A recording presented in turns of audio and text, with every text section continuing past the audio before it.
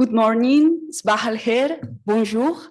Merci d'être parmi nous et soyez les bienvenus au side event intitulé L'employabilité des personnes migrantes comme levier d'intégration, initiatives et bonnes pratiques en Afrique, les cas du Maroc. Cette rencontre elle est organisée par les ministères délégués chargés des Marocains résidant à l'étranger, ENABEL, l'Agence belge de développement et ses partenaires, dans le cadre de la conférence régionale de l'examen du Pacte mondial pour des migrations sûres, ordonnées et régulières pour l'Afrique.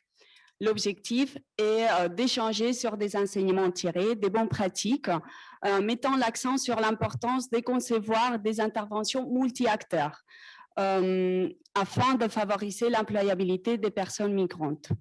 Je tiens tout d'abord à remercier tous les intervenants qui sont aujourd'hui avec nous en plein mois d'août pour nous présenter, analyser ensemble des initiatives testées dans la pratique. Et l'idée, c'est vraiment de mettre le focus sur les facteurs de réussite et les défis de ce type d'expérience. Nous aurons l'occasion d'écouter des acteurs très diversifiés, des institutions publiques, du secteur privé, la société civile, la coopération internationale. Et nous avons aussi l'honneur d'avoir avec nous aujourd'hui des personnes migrantes qui ont participé activement dans les cadres de ces types d'initiatives, notamment dans les cadres du projet Amadou, qui est mise en œuvre par ENABEL en partenariat avec les ministères, l'Entraide nationale, l'ANAPEC et des organisations de la société civile. Sans plus tarder, j'invite M. Skim, directeur des affaires de la migration du ministère chargé des Marocains résidant à l'étranger, et Mme Evelyne Masklen, représentante résidente d'ENABEL, à faire les allocutions d'ouverture. La parole est à vous. Merci.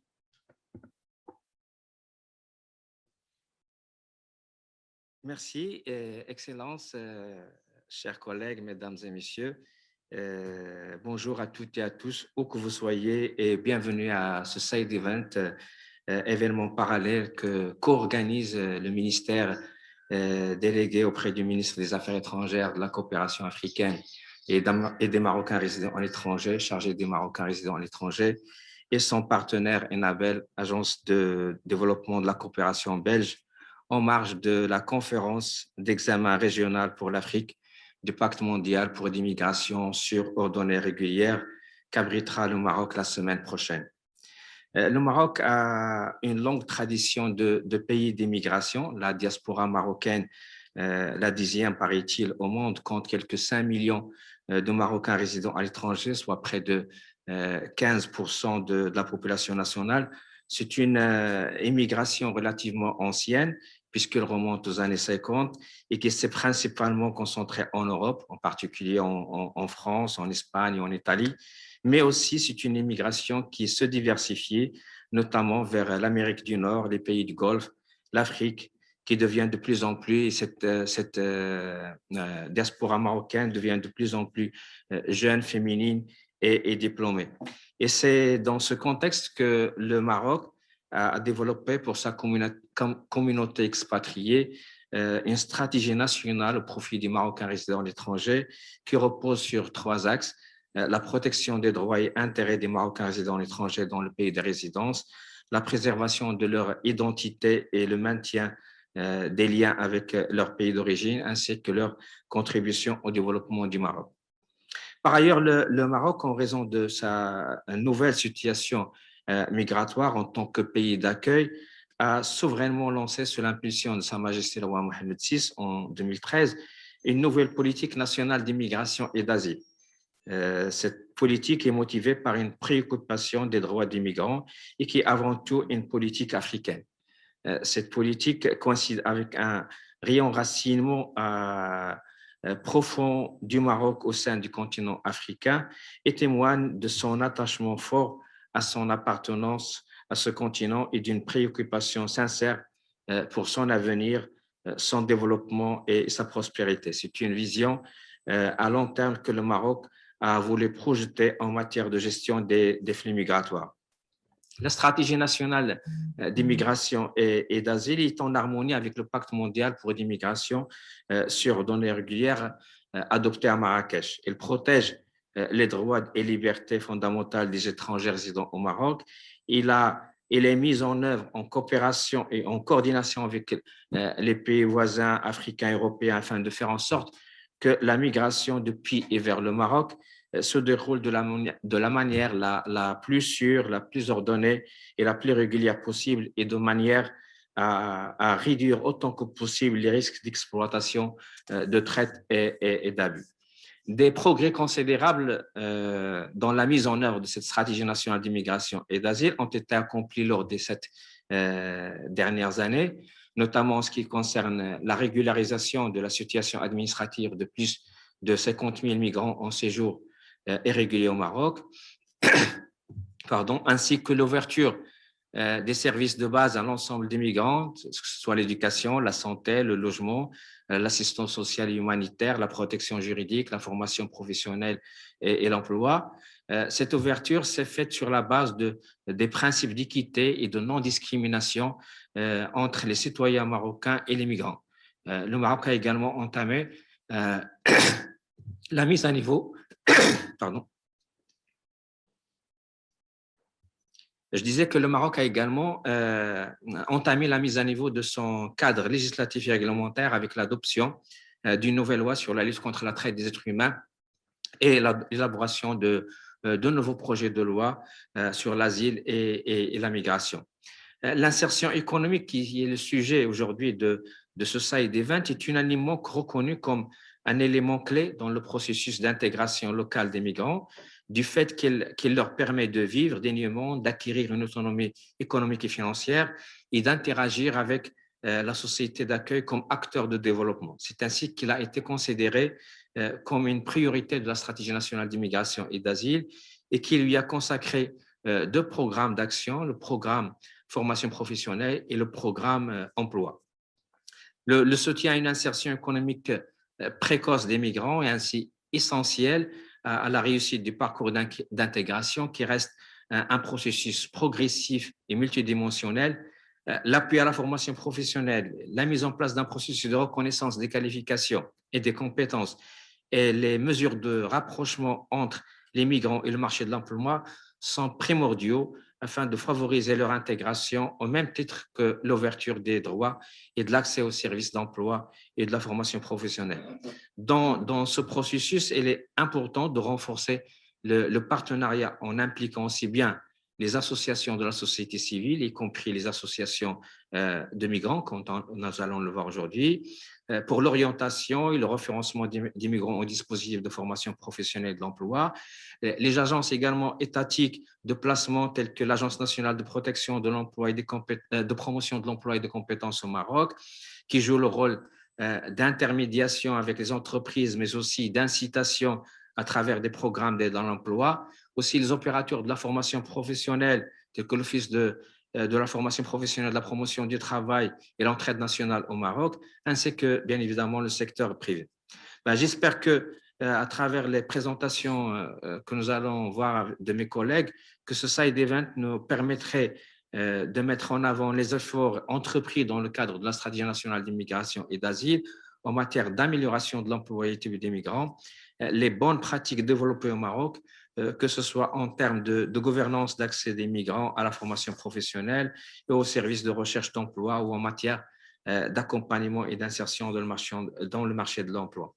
Je saisis cette occasion pour remercier l'agence belge Développement Enabel pour son soutien à l'organisation de cet événement et également pour son engagement dans la mise en œuvre de la politique migratoire du Maroc et saluer les efforts de tous nos partenaires nationaux et internationaux qui contribuent à l'intégration des migrants dans la société marocaine. Je vous remercie pour votre importante participation à ce side event et souhaite plein succès à cet événement. Merci. Merci, Monsieur Skim. Merci, Madame Ouchani. Bienvenue aux partenaires, l'Entraide nationale, l'ANAPEC, la société civile, tous les invités qui nous suivent ici en présentiel ou en ligne. Ravi d'être parmi vous, toujours avec ce projet, dans le cadre du projet Amoudou, qui est un appui à la stratégie nationale d'immigration et asile, et notamment on cible l'employabilité des personnes migrantes et réfugiées, comme un levier pour l'intégration, évidemment, dans le pays d'accueil qui est le Maroc. On va regarder aujourd'hui plus en détail comment contribuer ensemble à l'objectif 18 du Pacte mondial qui met en exergue l'importance de trouver des solutions innovantes pour en fait promouvoir, on dit, le perfectionnement des compétences dans les secteurs qui sont en demande, en vue d'améliorer l'employabilité des personnes migrantes. En fait, ce qu'on cherche, c'est d'améliorer le matching entre les compétences, les talents, notamment de cette groupe cible qui sont les personnes migrantes et les réfugiés, et l'offre dans le marché public de travail.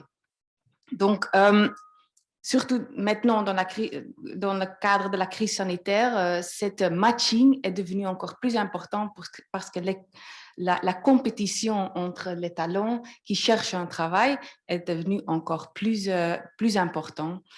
On va voir pendant cette side event, on va voir pas seulement les conditions de réussite, mais aussi quelles barrières est-ce qu'il existe dans la société notamment pour le groupe cible qui sont les personnes migrantes. Ceci pour l'emploi, mais aussi pour l'entrepreneuriat. On va aussi regarder et analyser des initiatives qui sont déjà testées dans la pratique et quels sont les facteurs de réussite et des défis qu'on a expérimentés pendant la mise en œuvre du projet Amoudou. Et je peux vous dévoiler déjà le facteur de réussite numéro 1 pour améliorer l'employabilité, c'est un partenariat très étroit de confiance entre le secteur public, qui est le ministère coordinateur des MRE, les agences publiques, Entraide nationale et l'ANAPEC, la société civile et aussi, évidemment, l'implication active des personnes migrantes même dans l'analyse des bonnes pratiques. On va donc aussi voir quelles sont les conditions pour mettre en échelle ces pratiques, parce que évidemment, c'est un projet qui envisage certains indicateurs, certaines bonnes pratiques et comment est-ce qu'on peut mettre en échelle pour construire un système d'amélioration d'employabilité dans les agences. Je vous souhaite très bons échanges et je suis ravie d'être parmi vous. Merci beaucoup. Merci beaucoup pour cette introduction. Je vous propose maintenant d'aborder l'importance de l'accompagnement social vers une formation professionnelle adaptée.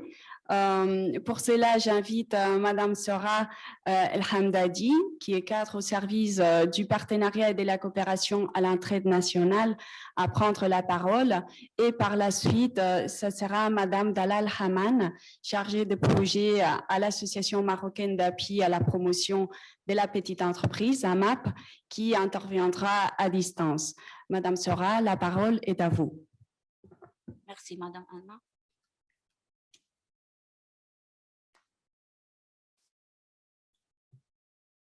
Bonjour, c'est Madame Zohra Al-Hamdadi de l'Entraide nationale.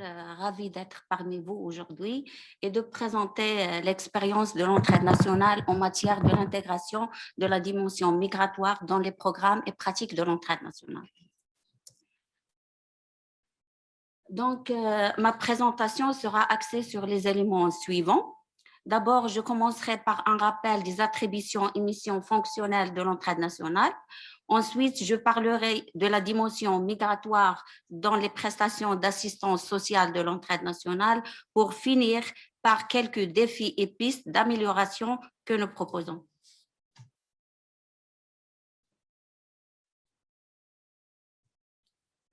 Alors, créée en 1957, l'entraide nationale établissement public sous la tutelle du ministère de la Solidarité, Développement social, de l'égalité et de la famille. Elle est l'institution publique de référence en matière d'assistance sociale.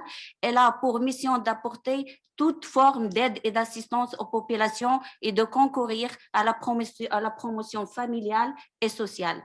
Pour décliner cette mission, 3 principales fonctions: l'écoute, l'orientation, l'accompagnement des personnes en situation de précarité et d'exclusion sociale à travers l'accueil, l'écoute, l'orientation, l'évaluation individuelle de leur situation, c'est-à-dire de la situation des personnes en situation de précarité, l'information, le conseil, l'orientation, l'accompagnement individualisé et la médiation sociale.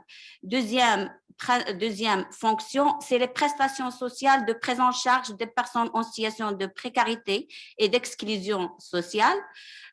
L'entraide cible 4 catégories qui sont les femmes en situation difficile, les enfants en situation difficile, les personnes âgées sans ressources, les personnes en situation de handicap.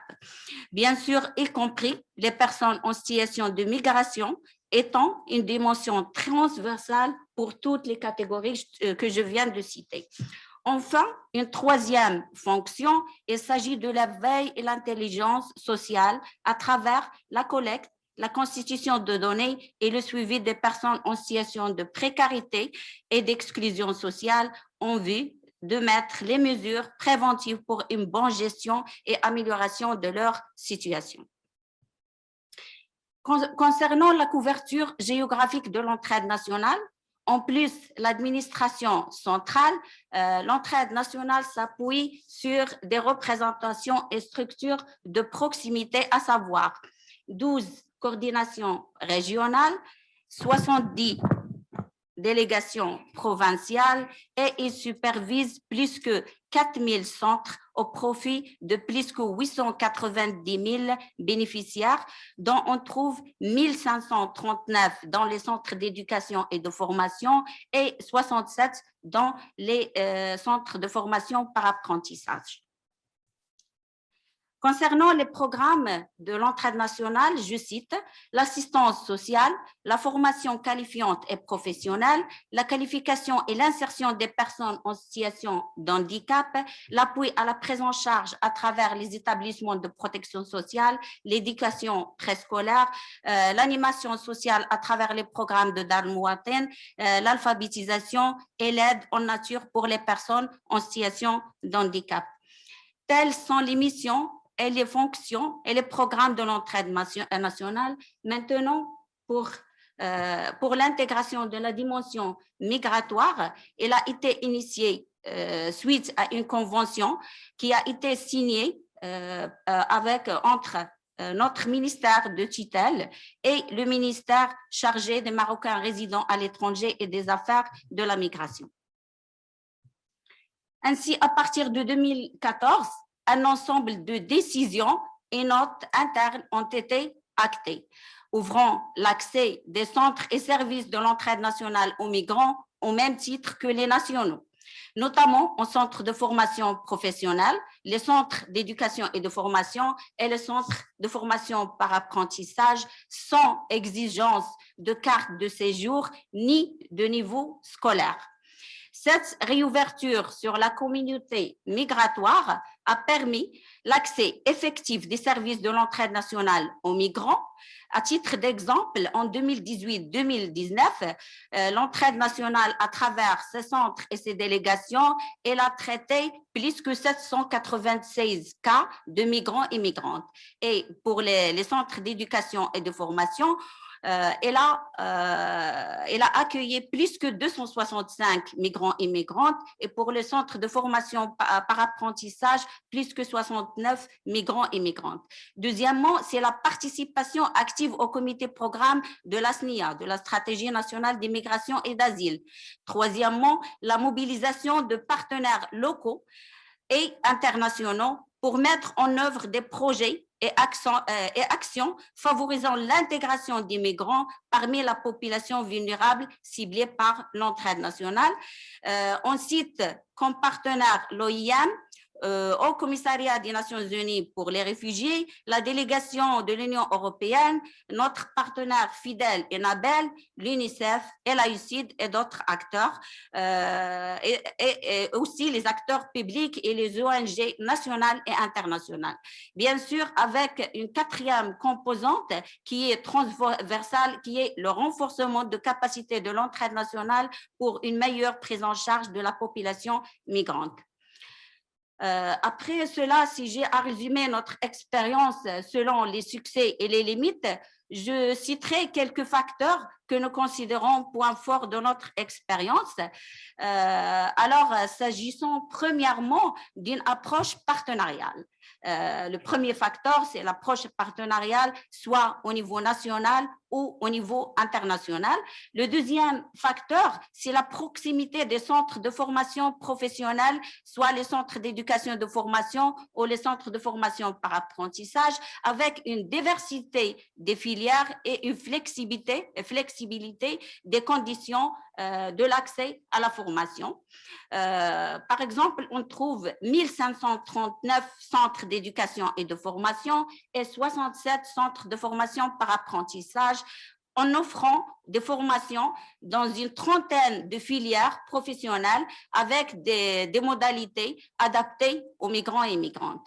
Et pour favoriser la formation des femmes et faciliter l'accès à la formation, surtout les femmes avec des enfants en bas âge, l'entraide nationale gère plus que 1000 jardins d'enfants pour faciliter l'accès des enfants migrants aux jardins d'enfants.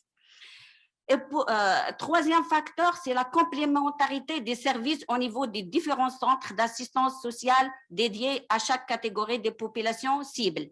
On cite les centres d'assistance sociale, les CAS, les unités de protection de l'enfance, les centres d'orientation et d'accompagnement des personnes en situation de handicap et les espaces multifonctionnels pour les femmes.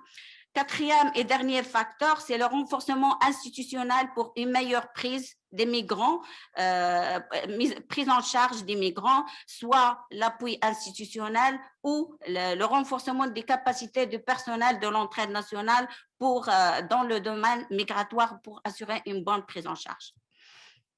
En ce qui concerne les défis et pistes d'amélioration, on recommande de premièrement, renforcer la collecte de données sur la réalisation de l'entraide nationale dans le domaine migratoire, système d'information et gestion des bases de données pour une bonne prise de décision.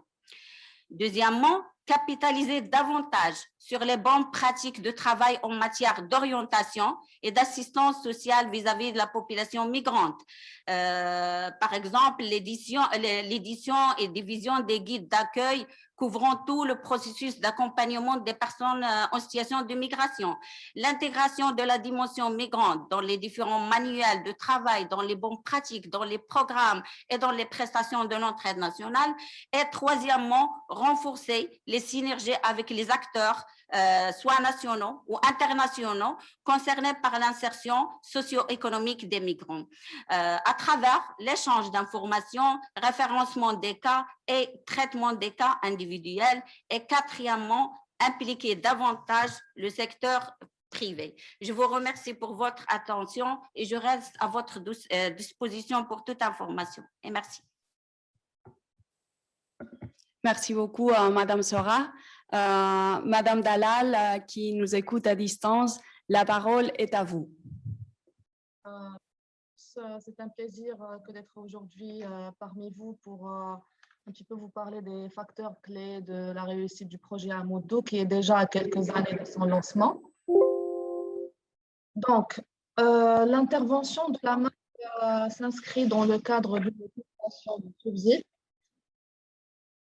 Elle s'inscrit dans le cadre d'une convention de subside qui a été signée dans le cadre du projet Amudo entre Enabel et l'AMAP pour justement dans un objectif de permettre la promotion d'accès en continu ainsi qu'un suivi post-formation, même après la fin du cursus de formation professionnelle pour justement accompagner l'objectif étant celui de permettre d'améliorer l'employabilité des migrants et de leur permettre d'intégrer le marché de l'emploi.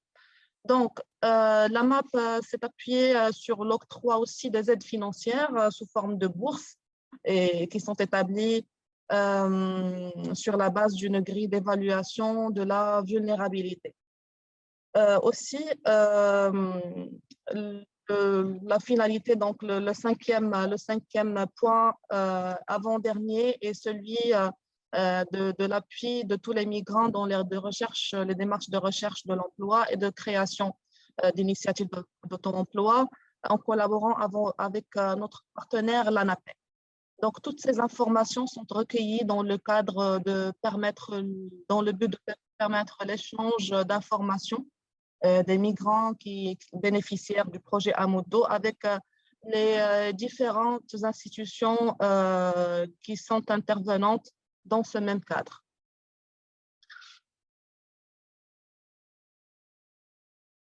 Je vais vous parler un petit peu du rôle de la MAP dans tout ce qui est aide financière. Donc, l'Association marocaine d'appui à la promotion de la petite entreprise a tout aussi bien instauré un système d'aide financière sous forme de bourses mensuelles qui sont établies bien évidemment sur la base d'une grille de vulnérabilité permettant un petit peu de juger de la vulnérabilité des migrants et de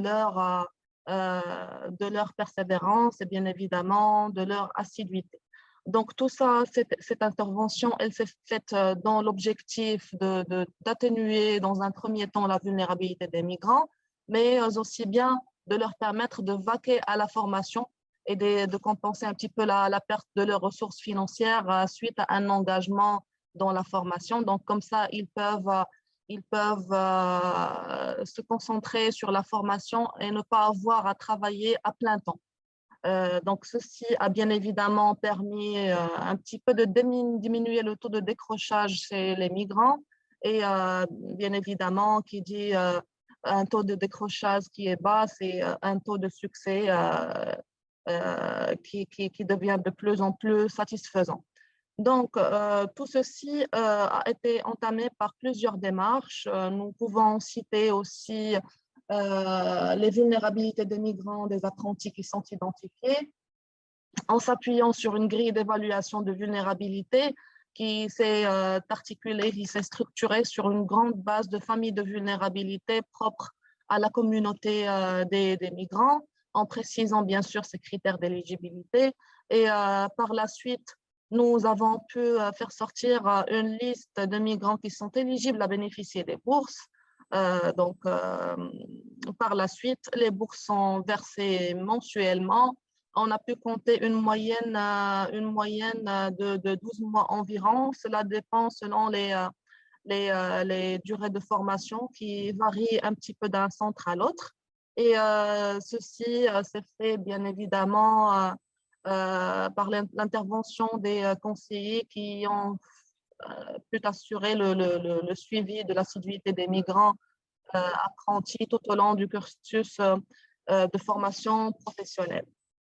Donc voilà, je vous remercie de votre attention. C'était une brève présentation de notre intervention sur le terrain et merci à vous. Merci beaucoup, Dalal. Merci, Madame Sora, pour ces éléments.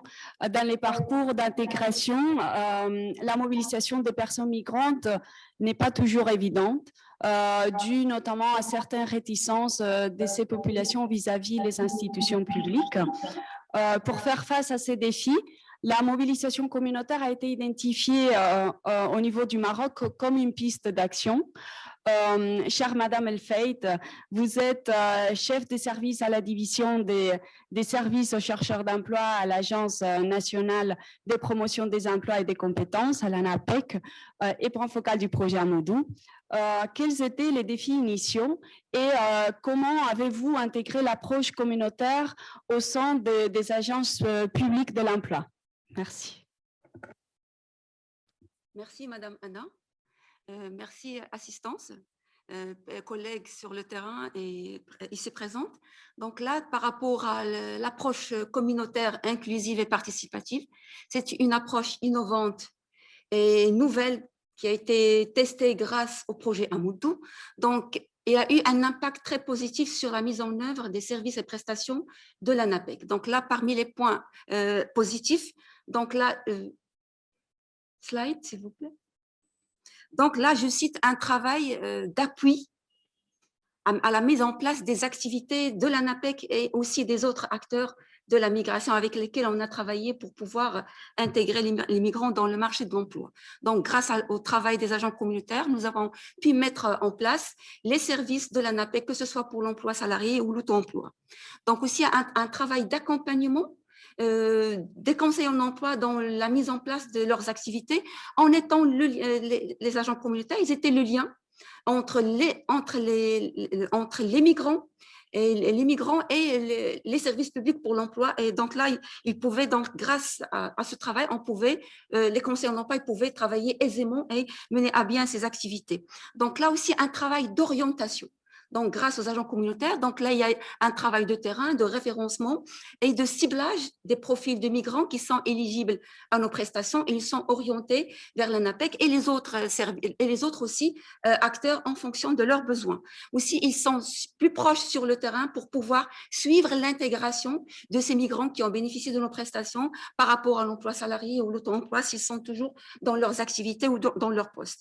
Donc, grâce au travail des agents communautaires, nos conseillers en emploi, ils ont pu faire le travail de suivi, notamment des activités de l'auto-emploi, parce que c'est un processus qui est un peu, il y a de l'administratif, il y a de l'accompagnement aussi. Donc là, grâce à leur travail, ils peuvent mobiliser les migrants pour que le travail de suivi se fasse en bonne et due forme. Il y a aussi un travail de coordination. Grâce à ce profil d'agent communautaire, nous avons pu travailler en coordination entre les différents acteurs et ça, c'est un travail important parce que l'ANAPEC-ASE ne peut pas faire ce travail d'intégration économique des migrants. Donc, slide suivant. Donc, l'approche communautaire, donc là, il permet de diffuser l'information et la sensibilisation des migrants sur le terrain, notamment par rapport aux services et prestations. Il permet de mettre en confiance les migrants parce que pour faire venir un migrant, on avait des difficultés au début. Donc là, mais grâce à leur travail, ils les rassurent, ils sont sur le terrain, ils leur expliquent l'approche. Et là, le migrant, il prend quand même la décision comme quoi il est l'acteur de son intégration. Donc là, il doit faire confiance aux institutions, il doit aussi s'impliquer dans les services et pour mener à bien son processus d'intégration au Maroc. Donc là, en même temps, il facilite le référencement, il permet de référencer les migrants en facilitant l'accompagnement intégral, que ce soit l'accompagnement social, aussi formation et aussi insertion. Le fonctionnement de cette animation communautaire, donc il faut d'abord recruter, donc il y a 4 agents communautaires qui étaient de nationalité camerounaise, guinéenne et ivoirienne, ils étaient recrutés sur une bonne base, c'est des personnes qui sont intègres, c'est des personnes qui sont respectées dans leur communauté, ils ont cet esprit de leadership, ils communiquent avec empathie avec leur communauté, ils sont respectés. Donc là, ils font un travail de terrain, donc ils se déplacent sur le terrain, ils ont pris contact avec l'entraide nationale, ils ont pris contact avec CARE, avec Caritas, avec REMES, donc là, un travail sur le terrain pour cibler les profils qui ont besoin d'un accompagnement vers l'ANAPEC. Et là, parce qu'au début, on recevait des étudiants, mais grâce à leur travail, on a pu toucher les populations vulnérables qui étaient quand même régularisées dans le cadre de la campagne de régularisation et aussi les réfugiés. Donc là, ils diffusent l'information. Donc là, ils ont réussi à valoriser l'offre de services de l'ANAPEC auprès de ces acteurs parce que les migrants, au début, ils croyaient que l'ANAPEC, c'est juste pour délivrer l'attestation d'activité, alors que c'est tout un processus d'accompagnement.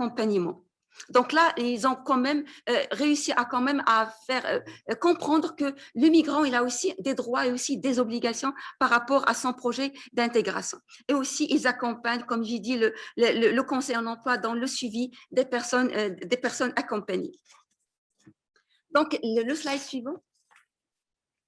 Les défis au départ, c'est les migrants, il y avait une méconnaissance du rôle de l'ANAPEC, comme quoi il y a un acteur de l'intermédiation sur le marché de l'emploi. Donc, il y a un système d'information qui permet de les inscrire et qui permet aussi d'avoir une traçabilité de leur parcours depuis l'inscription jusqu'à l'intégration. Donc là, il y avait une méfiance par rapport au service public de l'emploi. On utilisait tous les canaux, le contact téléphonique, le centre d'appel. Mais les jeunes, on planifiait, mais ils ne viennent pas.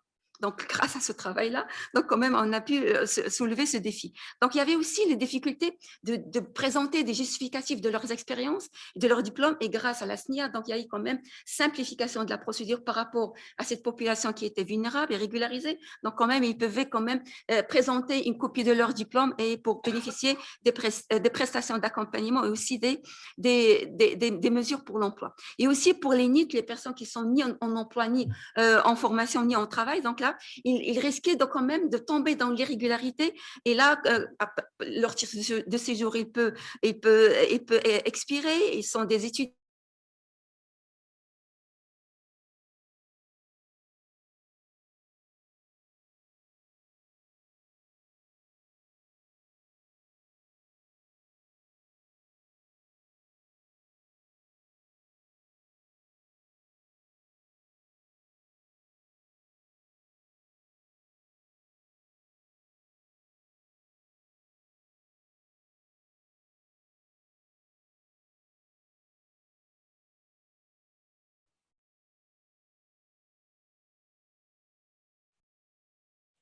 Nous nous excusons pour ce désagrément. La connexion va se rétablir dans quelques secondes.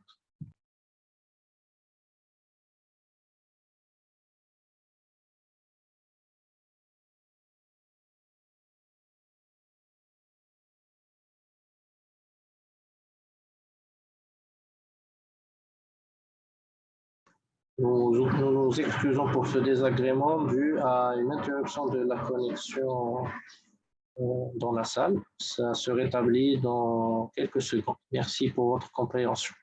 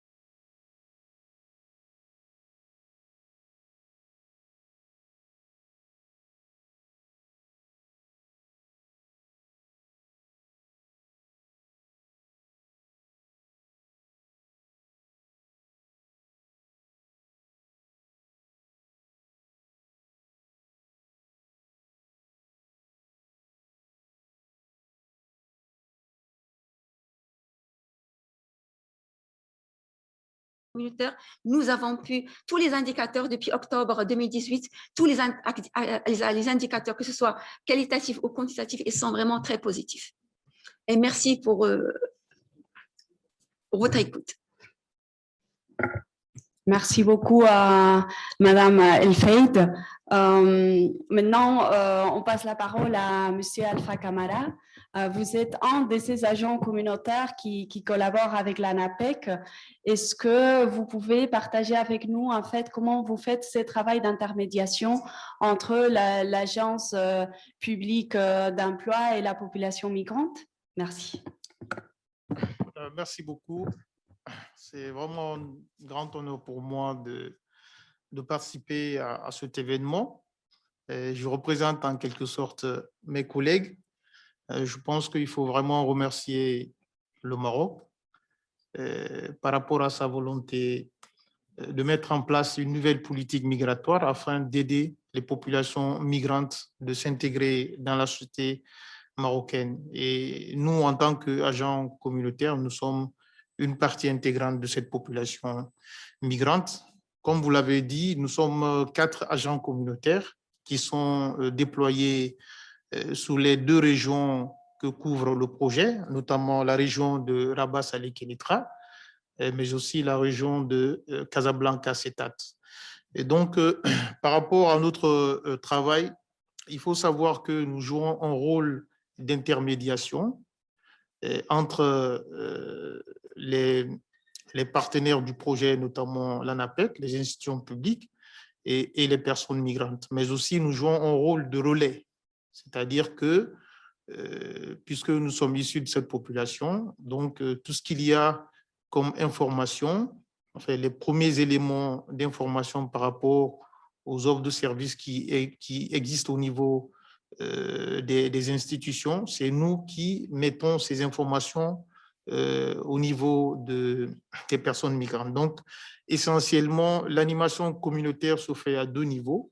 Donc, dans un premier temps, en fait, nous faisons cette animation auprès directement des personnes migrantes. Normalement, il y a plusieurs éléments que nous prenons en compte. Il y a tout ce qui concerne la sensibilisation et tout ce qui concerne l'information, la mobilisation et l'accompagnement. Et nous avons la chance, comme vous l'avez dit, d'être issus de cette population, mais surtout, nous avons la chance d'avoir une connaissance du fonctionnement en fait, du circuit communautaire. Donc, ce qui nous permet de jouer ce rôle. Et surtout, le plus important ici, c'est que tout ce qui concerne les offres de services des partenaires, notamment l'ANAPEC, nous mettons ces informations à la disposition des personnes migrantes. Tout à l'heure, Madame Al-Faïd a parlé des défis.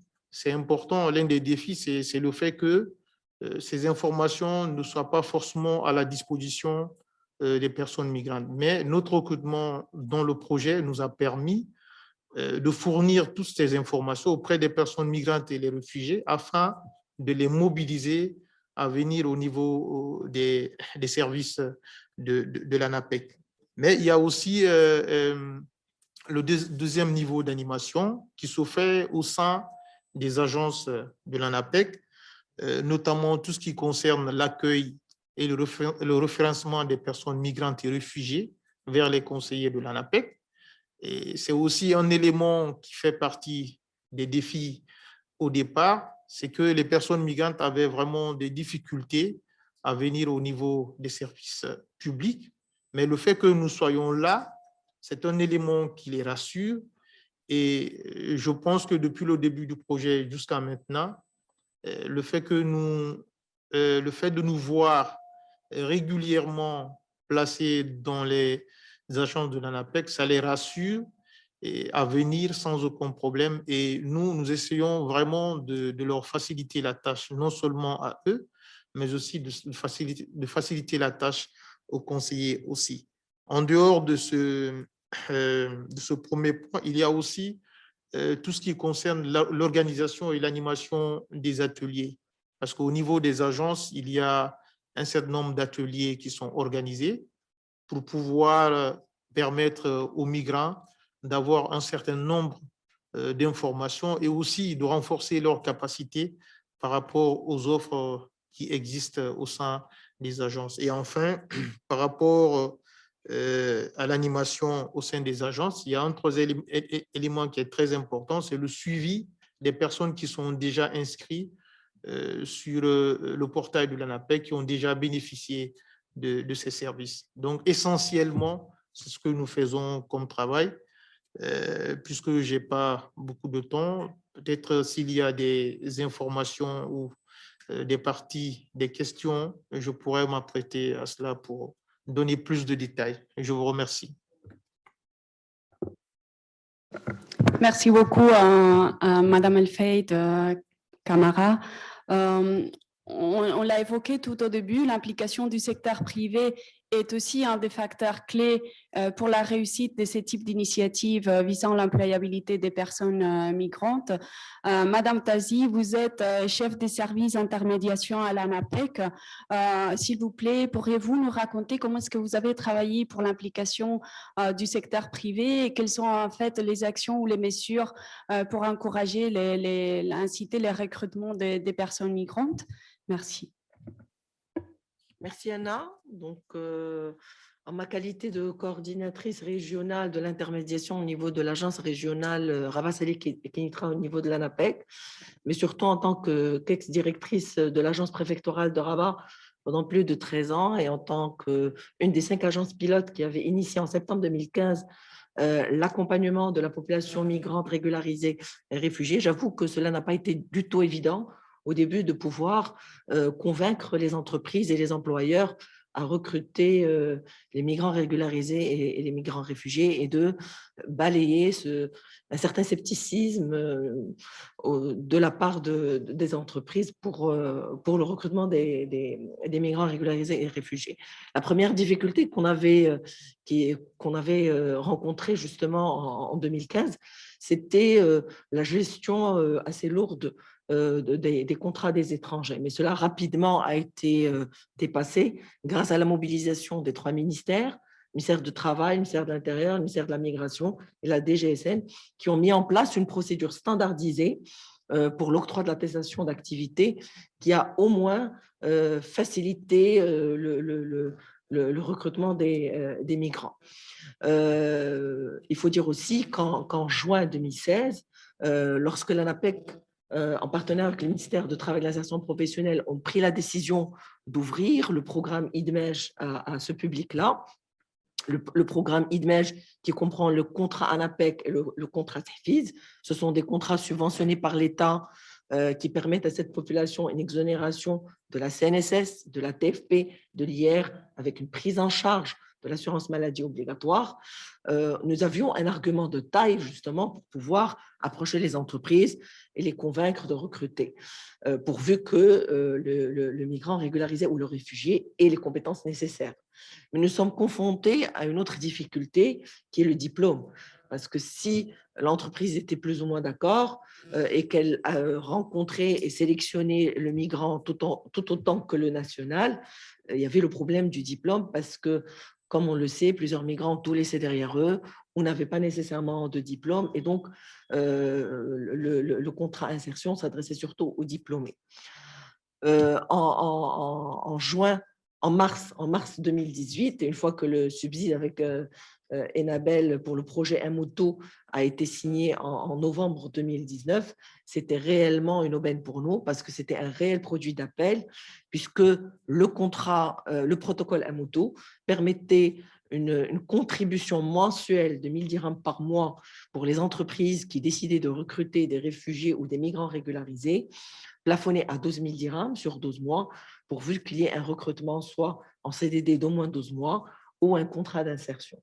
Donc, cela nous a permis en quelques semaines de pouvoir contractualiser, rien qu'au niveau de l'agence de Rabat, quelques 52 contrats, et au niveau de toute la région, au total 70 contrats à peu près, ce qui nous a permis vraiment d'avoir ce produit en fait d'appel qui pouvait soulager aussi les entreprises, surtout avec la crise sanitaire.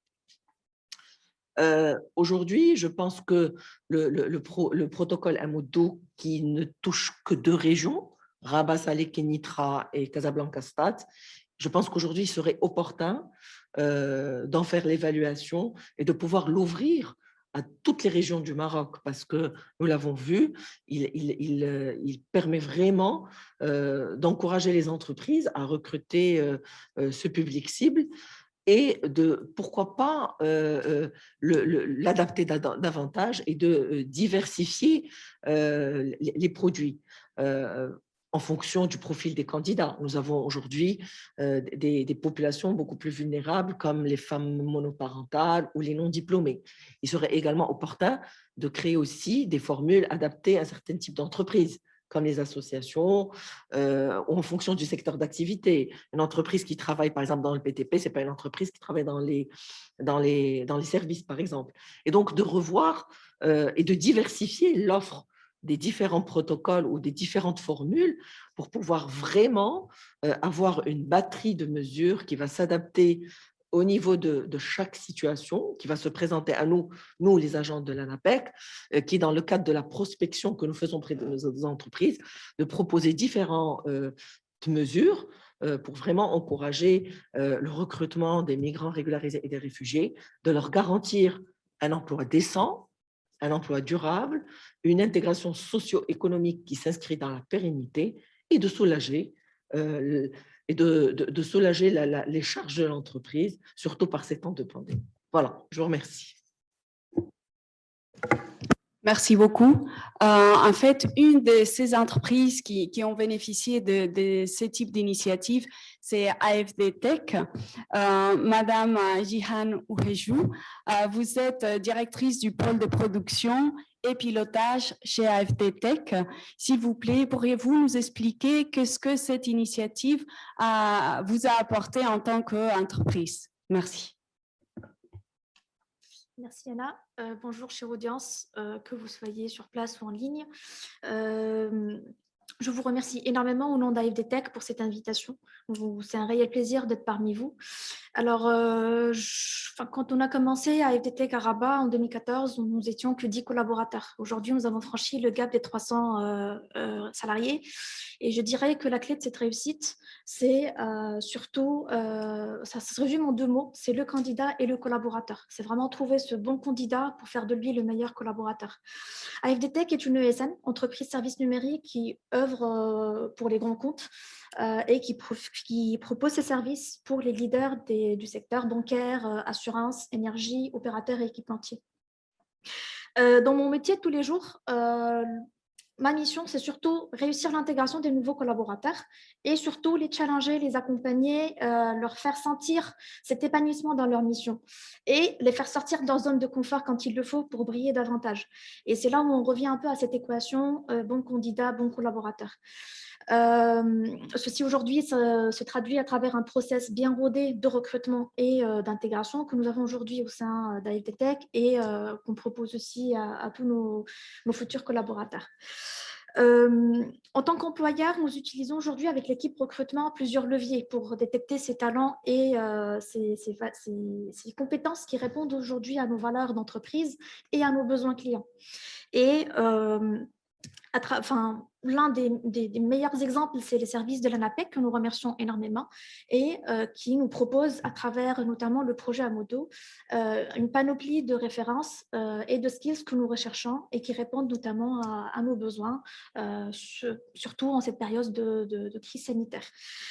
Notre cher pays, le Maroc, est connu à travers ces années de devenir une terre fertile pour les migrants et les personnes pour les transits et pour les migrants. Et nous remercions énormément ce type d'initiatives et de programmes qui aujourd'hui facilitent un peu l'intégration économique et sociale des migrants et en même temps améliorent leur employabilité au Maroc. C'est à travers cette mesure incitative des contrats aidés que nous avons aujourd'hui à AFD Tech rencontré notre cher Marvis, qui est aujourd'hui un chef de projet dans mes équipes qui pilote aujourd'hui des projets de déploiement de la fibre optique pour le compte d'un grand opérateur en France. Et c'est parmi d'ailleurs l'un des meilleurs chefs de projet. Donc, je le remercie énormément pour ses efforts au quotidien. Il est tout le temps là pour relever les défis et les challenges qu'on lui octroie et surtout à innover et à donner beaucoup plus de valeur dans sa mission au quotidien. Je vous remercie énormément pour cette invitation et pour ma présence parmi vous. Merci beaucoup. Merci beaucoup. Voilà, comme Madame Jihan a dit, en fait, Monsieur Akafou, vous avez été recruté dans le cadre de cette entreprise. S'il vous plaît, pourrez-vous nous raconter un peu votre expérience? Qu'est-ce que cela a représenté pour vous? Merci.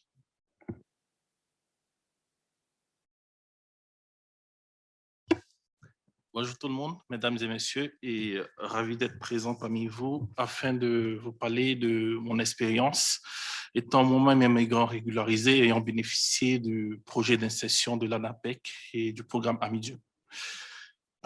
Je suis Mavis Akafou Adou et je suis de la Côte d'Ivoire. Je suis arrivé ici au Maroc dans le cadre de mes études universitaires Et suite à cela, j'ai obtenu mon diplôme d'ingénieur d'État en sciences de l'information, option MIH. Alors, par la suite, j'ai eu à travailler dans des centres d'appel parce que j'ai postulé dans plusieurs entreprises de mon domaine, mais à chaque fois, j'avais des retours des entreprises comme quoi il y avait des difficultés pour employer des étrangers, des migrants étrangers, compte tenu de certains processus au niveau de l'ANAPEC qui leur faisaient assez peur. Voilà. Donc, du coup, un jour, j'ai vu sur Internet donc, le projet d'insertion de l'ANAPEC et j'ai contacté l'une des agents en fait, de Communautech qui se trouve à Casablanca, Madame Fofana. Elle m'a ensuite parlé un peu de ce programme et je me suis inscrit sur le site de l'ANAPEC. Alors, suite à cela, quelques temps plus tard, j'ai été contacté par l'ANAPEC dans le cadre donc, de ce contrat aidé-là. Et plus tard, j'ai été contacté par AFD Technologies, voilà, pour passer un entretien en vue d'une insertion. Alors, suite à l'entretien, j'ai été donc pris en contrat de stage, voilà, dans le cadre donc, de cette insertion. Et voilà, avec AFD, j'ai rencontré une équipe vraiment formidable. Je ne vais pas citer tous les noms, mais voilà, avec Madame Jeanne Ouejou, notre directrice de production, voilà, une équipe de managers vraiment formidables qui m'ont beaucoup aidé dans mon apprentissage au sein donc, de la gestion de projets, en particulier de la technologie fibre optique, toutes les technologies d'ailleurs. Et suite à cela, j'ai aussi bénéficié du programme de Amidu qui a permis à faciliter donc, mon passage de contrat de stage en contrat CDI. Donc aujourd'hui, je suis embauché à temps indéterminé, voilà, CDI, avec AFD en qualité de chef de projet déploiement fibre optique sur toute la technologie fibre optique. Et j'ai eu même à former certains collaborateurs, à monter en compétences. J'ai même bénéficié de certaines certifications dans la sécurité, dans la gestion de la sécurité de notre client et aussi dans la formation métier. Voilà, donc, je bénéficie même d'ailleurs de tous les avantages sociaux ainsi que d'une mutuelle qui me permet aujourd'hui de pouvoir prendre soin de ma famille, ce qui n'était pas vraiment possible il y a quelques années de cela. Et c'est grâce à ma rencontre avec l'ANAPEC et grâce au projet Amudu aujourd'hui que je réussis à bénéficier donc, de tout cela, avoir donc un emploi stable, durable et qui me permet aujourd'hui de pouvoir prendre soin de moi et des miens également. Donc déjà, je remercie l'ANAPEC, Amudu, grâce à Enabel, voilà, et ainsi que AFD Technologies pour cette opportunité qu'ils m'ont fait. Je vous remercie. Merci beaucoup, très intéressant les témoignages. Nous le disions au début, la force de ce type d'initiative réside carrément dans la collaboration entre différents acteurs qui travaillent ensemble de manière coordonnée dans le cadre d'une stratégie commune.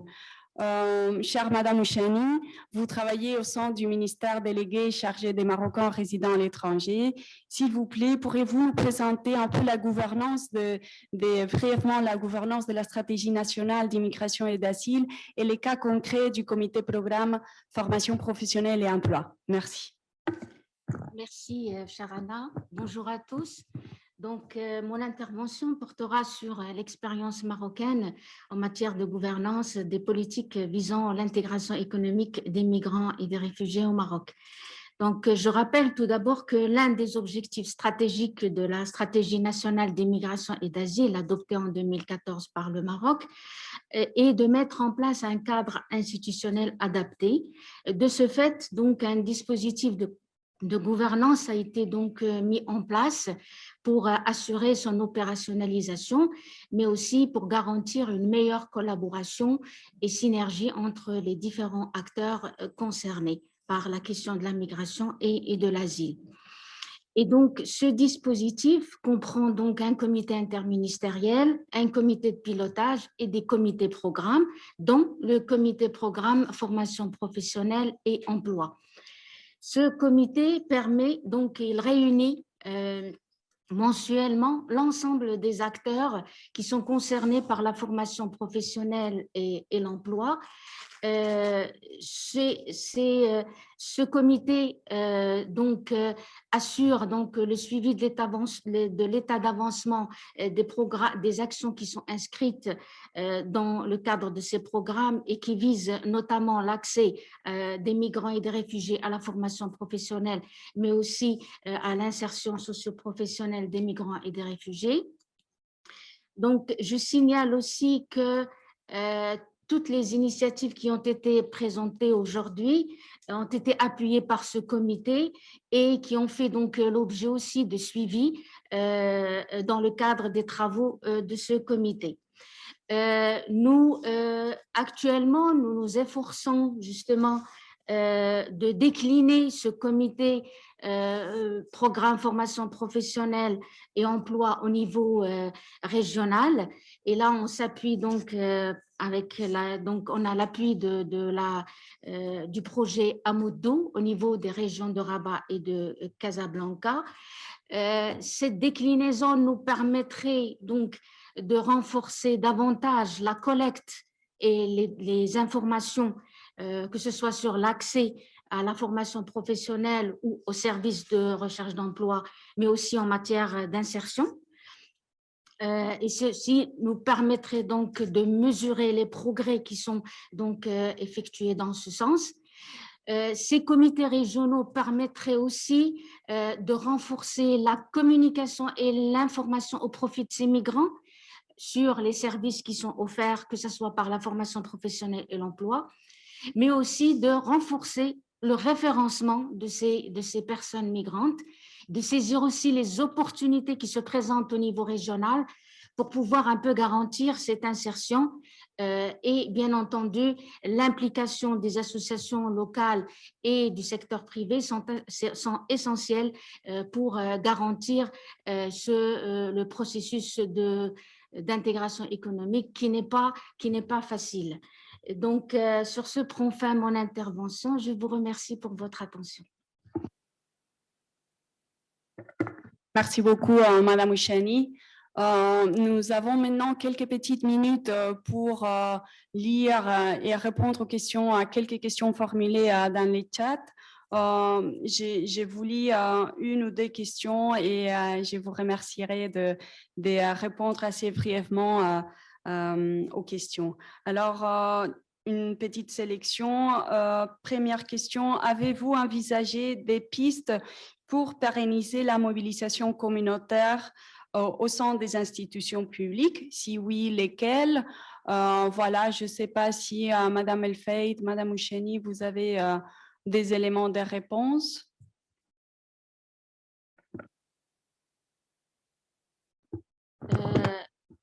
Comme vous le savez, donc le ministère délégué chargé des MRE a entrepris depuis la mise en place de la stratégie nationale d'immigration et d'asile un partenariat avec la société civile. Et donc, annuellement, nous lançons donc des appels à projets au profit des associations qui justement qui œuvrent dans le domaine de l'intégration. Et donc l'expérience des agents communautaires pourrait justement être capitalisée dans le cadre du travail des projets qui sont menés par les associations. Et justement, le travail qui est en train de se faire, notamment à travers l'établissement d'un guide des agents communautaires, pourrait constituer un élément au niveau du cahier de charge des associations qui pourrait justement être subventionné dans ce sens. Merci. Merci. Deuxième question, les grands blocages, c'est celui de la carte de séjour et son renouvellement. Quel plaidoyer aux démarches sont réalisées dans ce sens-là? Je ne sais pas si de la part du ministère, il y a une petite réponse à ce niveau-là.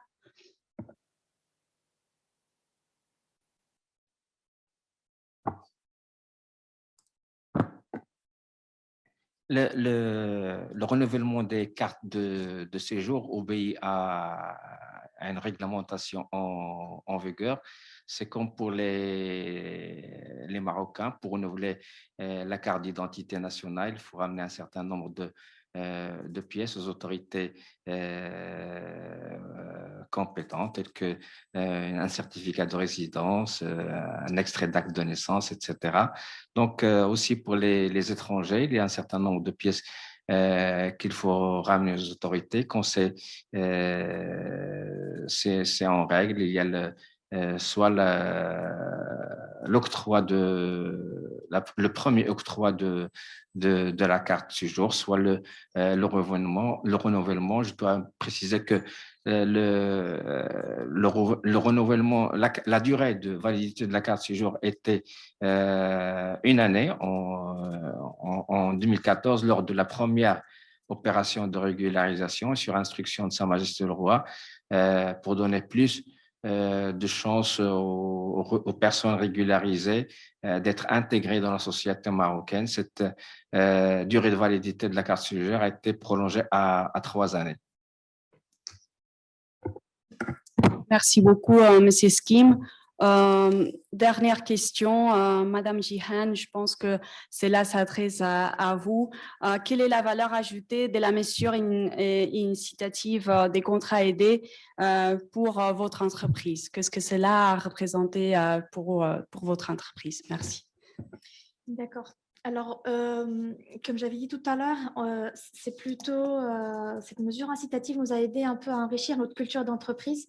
Et du coup, on sort un peu du lot des compétences marocaines pour rencontrer des profils migrants, des profils qui rajoutent un peu plus de diversité, de chantier d'innovation aussi, parce qu'un œil externe est toujours un œil critique qui donne de nouvelles idées, de nouvelles pistes d'innovation. Et aujourd'hui, ça nous donne aussi de la valeur auprès de nos clients parce que notre population d'ingénieurs et de chefs de projet, de techniciens ou de collaborateurs est très variée. Et c'est toujours très apprécié parce que ça démontre une certaine stabilité, une certaine ouverture aussi au marché et ouverture aux compétences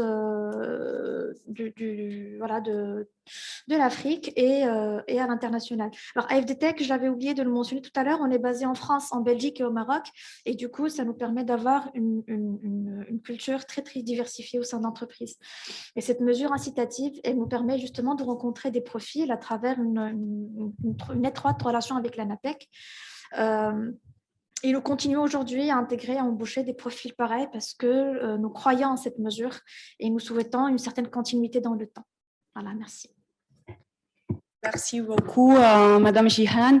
On prend la toute dernière question. Pensez-vous élargir cette expérience pilote dans la région Tanger-Tétouan-Hoceima, vu qu'elle est une région transfrontalière? Je ne sais pas si vous voulez donner une petite réponse au niveau du ministère. Sinon, je peux répondre aussi. Voilà, juste en tout cas au nom de l'Agence belge de développement, on remercie déjà un peu ce type de questions. Je pense que ça met en valeur tout le travail que tous les partenaires font autour de la table et met en valeur le travail qu'on est en train de faire. C'est vrai que pour l'instant, on travaille dans le cadre d'un projet spécifique qui est le projet Amoudou qui vise 2 régions concrètes, mais on est toujours à la disposition des partenaires nationaux pour continuer les discussions et explorer des possibilités d'élargissement par la suite. Avec ça, je pense qu'on arrive presque à la fin de notre événement. Je voudrais quand même inviter encore M. Skim à nous faire quelques petits mots de clôture avant de finaliser complètement l'événement. Merci beaucoup. Merci. Donc, je remercie vivement tous les participants à cet événement parallèle, et les panélistes, les personnes qui étaient en présentiel avec nous ici à Rabat et toutes les personnes, j'imagine, nombreuses qui ont participé à travers tout le continent. J'espère que cette modeste expérience qu'on a pu présenter ici sur un sujet assez important, l'employabilité des migrants, et une expérience où on met en œuvre un bon exemple de partenariat multipartite entre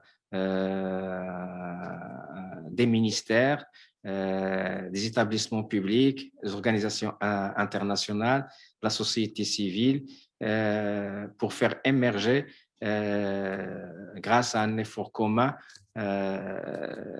des résultats pratiques, concrets, d'insertion de personnes migrantes dans le marché de l'emploi au Maroc. Nous avons eu des exemples très concrets. C'est un projet qui est parfaitement en ligne avec la stratégie nationale d'immigration et d'asile du Maroc. La question tout à l'heure a été posée sur l'élargissement du champ d'application. Tous nos projets on les considère comme des projets pilotes sur lesquels on apprend des enseignements, et sur la base de ces enseignements, on en fait profiter d'autres régions, on fait des synergies avec d'autres projets. Cette stratégie, sa mise en œuvre englobe une multitude de partenaires, pas moins d'une vingtaine de ministères, d'établissements publics, beaucoup d'organisations internationales, de la société civile, des chercheurs aussi. Aussi, il y a le côté territorial au niveau du Maroc qui est de plus en plus impliqué pour la territorialisation de cette stratégie. C'est un projet, c'est un chantier énorme. Beaucoup de